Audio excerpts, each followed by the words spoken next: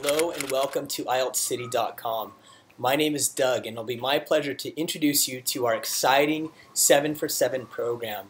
It's an IELTS writing task 1 program in which Tom and myself systematically address how you can improve your writing skills to do better on your next writing task 1 in IELTS. It's very hard to reach that goal, to get that 6.5 or that 7. Students spend countless hours and spend a lot of money on trying to reach that elusive 7, but it's not impossible. You just need to know how to do that. Of course, for you, it'll take your time and dedication, and that's probably how you came across our company. We've worked around the globe. My partner, Tom, is from England, and he's worked in Turkey, Taiwan, England, and China. I've worked in the United States, Turkey, Bangkok, or Thailand, and now we realize that many students don't need to go to the traditional brick and mortar institutions to learn.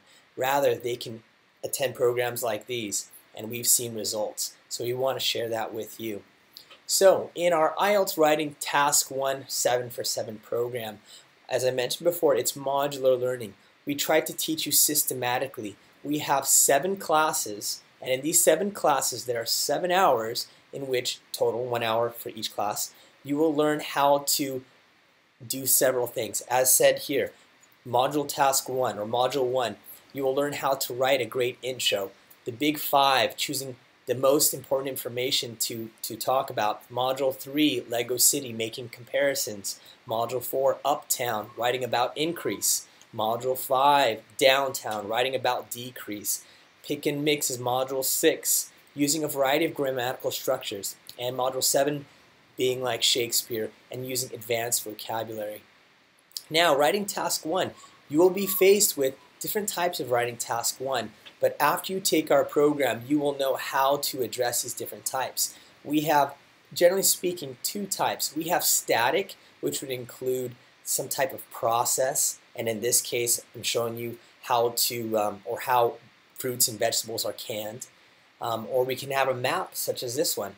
And in these 2, we don't really have changing time. We just have some kind of process or map, and we have to describe it.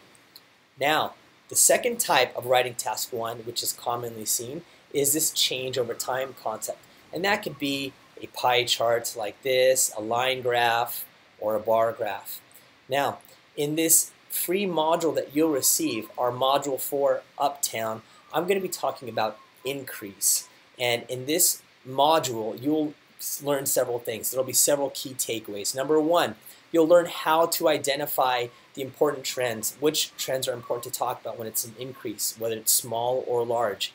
You'll learn a variety of sentence structures to describe these particular trends. And lastly, you'll learn a lot of vocabulary associated with this particular type of change. So, buckle your seatbelts, get ready, get your notebook ready, pen and paper, however you like to do it with computer. We're going to teach you. It'll be a great adventure. And let learning begin. So let's do this. Here we go. We're going to talk about small increases. All right. Now, in this particular style of learning, I'm going to try to give you activities so you can do things and not get bored while you learn. And that's the beauty of technology, right? You can stop things, go when you want. You can work, asynchronous learning. You can work when you want to learn, and you can be engaged when you want to watch the videos and so on. All right. So here we go. Small increase. All right. So in this particular activity, I want you to match the sentences on the left side with the sentences on the right side, okay? So that's basically these sentences and these sentences. I want you to match them, and I've given you an example here. I matched these 2 up. Why? Because I feel that they have a parallel sentence structure, all right?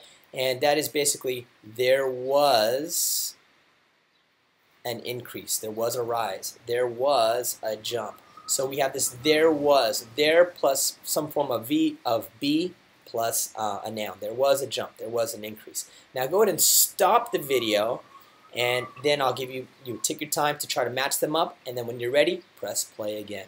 Okay? So go ahead and stop it and play when you're ready. Here you go. Here are the answers now. So we have these various sentences on the left, and we have the sentences on the right. Let's start with B. We already have seen that here. I've already talked about that. There was a rise, there was a jump. This is one type of sentence structure that we'd recommend you use. Right here we have verb plus adverb, increased marginally and rose minimally. Now what's similar about these particular structures? We have a verb plus an adverb, okay? Now that's a sentence, another sentence structure that I think would be good to throw in your, I guess, arsenal of sentences to use. Right here, this rise was relatively small and this increase was minimal.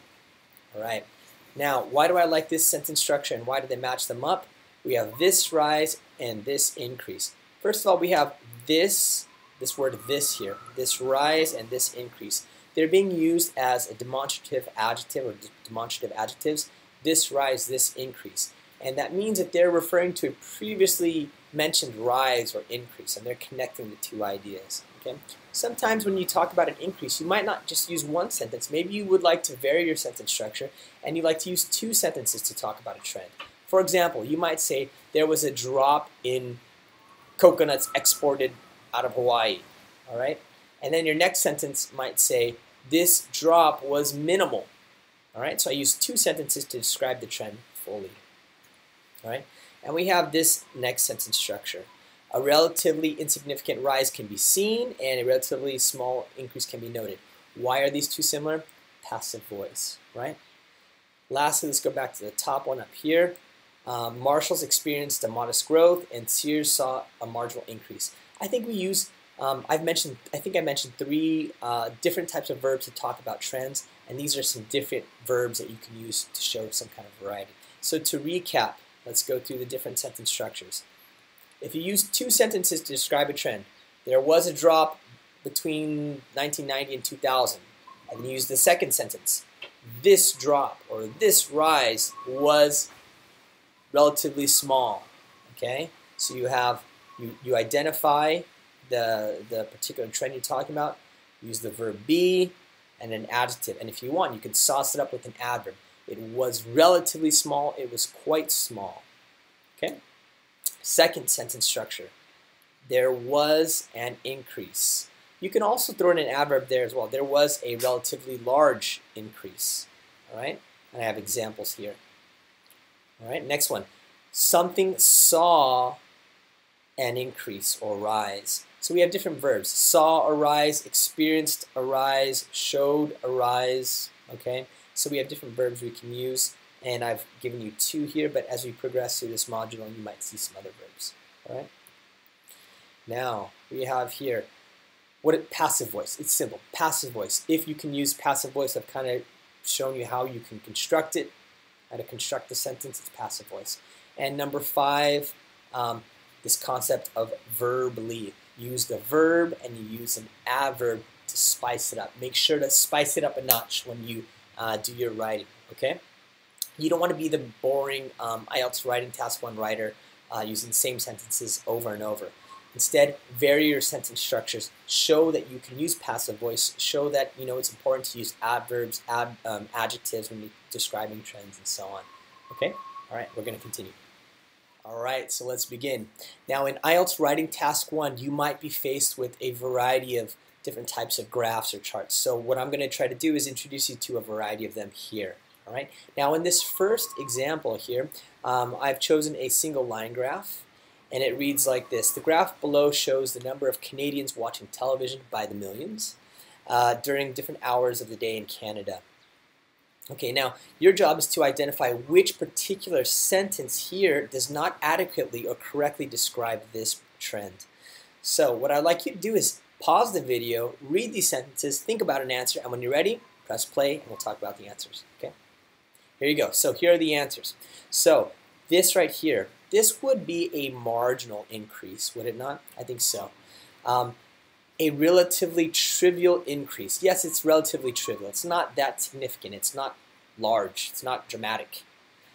There's a negligible rise. Yes, it's small. It's negligible. So, but what it is not is it's not a substantial increase. Okay? All right, so I hope that's clear for you. Now, the other thing, note that I use this particular sentence structure. There is, there was. Okay? This there plus be verb and the verb to be, and then you have the adjective, or you can throw an adverb and then an adjective. Remember, yeah? So that's one type of sentence structure. Okay, another type of line graph you might come across, a double line graph. Here you go. And it reads as follows. The graph shows the number of Australians, men and women, who traveled abroad between 1975 and 2000. Okay, so if we look at this particular period here, comparatively speaking, well, compared to here, it's not that dramatic. So let's take a look. This rise was relatively small. Was it minimal, subtle, or quite significant? Go ahead and pause, think about it, and when you're ready, we'll continue. Here we go. So this rise was relatively small. That's true. It was minimal, and it was subtle compared to the previous time here in question. Now, in the other modules, we'll give you sentence structures or strategies to compare different trends, right? This one, we're just talking about particular rises, how to describe them adequately. But in further modules, in a different module, we talk about how to compare trends. As I said, comparatively speaking, this is small compared to this one. Yeah. Okay, let's go to the next graph. All right, a multiple line graph. I mean, who has not seen a multiple line graph, right? And especially if you're an IELTS test taker, yeah, I'm sure if you practice a lot, you've seen a lot of these. All right. The graph below displays the amount of coffee purchased from different countries by the thousands of kilograms by a large coffee company between 1990 and 2015. Sounds like a standard question. Now, how would you write an introduction to this? Once again, that's something that we address adequately, sufficiently. You will know how to draw, create the best introduction or a very, very solid introduction when you take our program. But we're not speaking about that. We're talking about particular increases here. So let's go ahead and focus on this section right here. And we're looking at this yellow line. Think about it. When you're ready, press play. Okay, so let's take a look at the answer here. Kenya experienced a modest growth. Yes, it is a modest growth. This period is a modest growth right here. Yeah. It saw a marginal rise. Yes, that's true. Experienced a minimal increase. Yes, it's minimal. And it showed a significant rise. Well, can we say that it was significant? No, but over here it was. So once again, in a different module, we talk about how to compare it. But in this particular section, it is not significant. So sentence D is the one that is not correct. All right. And in this particular structure, we're using those different verbs: experienced a growth, showed a growth, saw an increase. All right. It's a different sentence structure. All right. We have a chart here. The chart shows information about changes in average sales for 5 different clothing, apparel stores. Apparel stores between 2000 and 2010 compared with average sales in 1999. So go ahead and pause, think about the answer. When you're ready, press play. All right, so considerable growth in sales for Sears can be observed. Is this considerable? And especially if you compare it to these. Is it really considerable? Not really. A minimal rise? It is a minimal rise. A relatively modest increase? It is that. A tiny improvement? It is that. But is it considerable? No, it is not. All right, let's continue. Next one. Table, right? Very common. Yep. And all of these, as we've seen, of course, have change over time. And remember, when we talk about static, process, if you have like a map or a process, but there's no change in time, that's something where you have to use different types of grammatical structures, and we'll give you different vocabulary for that, and that's in the other module. Yeah. But in the ones we've spoken about before, these all have time as shown here, yes? So if we're looking from this particular subset, teenagers from 2000 to 2001, it's $1 increase. Come on, is that large or small? It's small, right? So let's take a look. Here are your sentences. Think about the answer. When you're ready, press play. Okay, let's go. Teenager spending rose nominally. It sure did. It was small. The amount teenagers spent increased subtly. It was a subtle increase. It was small. Teenager spending rose considerably. I don't know if the amount that teenagers spent rose considerably. I'm not sure about that one. And it increased marginally. Well, yes, it did increase marginally. Yes. So the answer is rose considerably. It did not rise considerably. Is $1 a considerable amount of money? Not that much. Yeah. I guess it's all relative, but definitely not when you look at this chart, this table. Okay, here we go. Last example that we're providing for you here. We have pie chart, and we have several of them, and we have different periods of time. And take a look at these examples. All right, when you're ready, press play. All right, the number of Dutch commuters rose nominally. So we're talking about from here to here. 1%, huh? Is it that huge? Not really. So it rose nominally? Yes, it did. It rose nominally. This rise, or the rise, was minimal. It was minimal. How about substantial? There's a substantial rise. No, not substantial. A modest increase? Yes, it was. So the answer obviously is C. It was not substantial. All the other sentences are correct. Okay, so in review, I've introduced you to many different vocabulary words associated with talking about a small increase. All right, so we have modest, insignificant, marginal, small, minimal, tiny, trivial, negligible, subtle, modest, actually repeated modest, excuse me, and nominal. Now the thing to think about here is when it comes to writing task 1, you do not need to know this complete list here. You don't need to know 11 words, and there are more words that you could learn if you really wanted to study more words, but that's not it. Here's a tip for you. When you get ready to study, or when you're preparing for your IELTS writing and you want to improve your chances of scoring better, learn like 3 to 5 vocabulary words to talk about change when you're talking about a small increase. Now, in this particular free module that we've given you to talk about small increases, we've given you a lot of words, but we also introduce a lot of words when it comes to decrease. All right, so that's in a different module in our 7 for 7 program. So to recap what you've learned here, you've learned a variety of words to describe a small increase. I've also mentioned that it's of utmost importance to vary your sentence structures. Yes, so at the beginning I gave you 5 different sentence structures that you can utilize in your IELTS writing task 1. And remember, in our different modules, we give you a lot of important information. For example, how to write that phenomenal introduction, how to choose the most important information to talk about, to describe.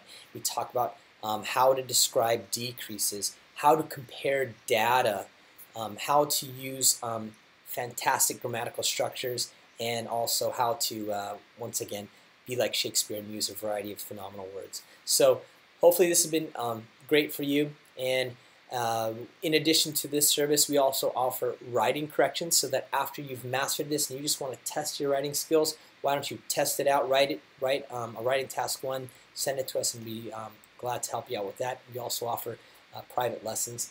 And so hopefully we'll see you soon. Thank you very much for your time. It's been a pleasure. Feel free to comment on the video. Please do join us on Facebook, follow our Twitter handle, whatever. All right, we just hope to be in contact with you. Thank you very much. Have a wonderful day. Take care, and happy IELTS testing. Kick some butt.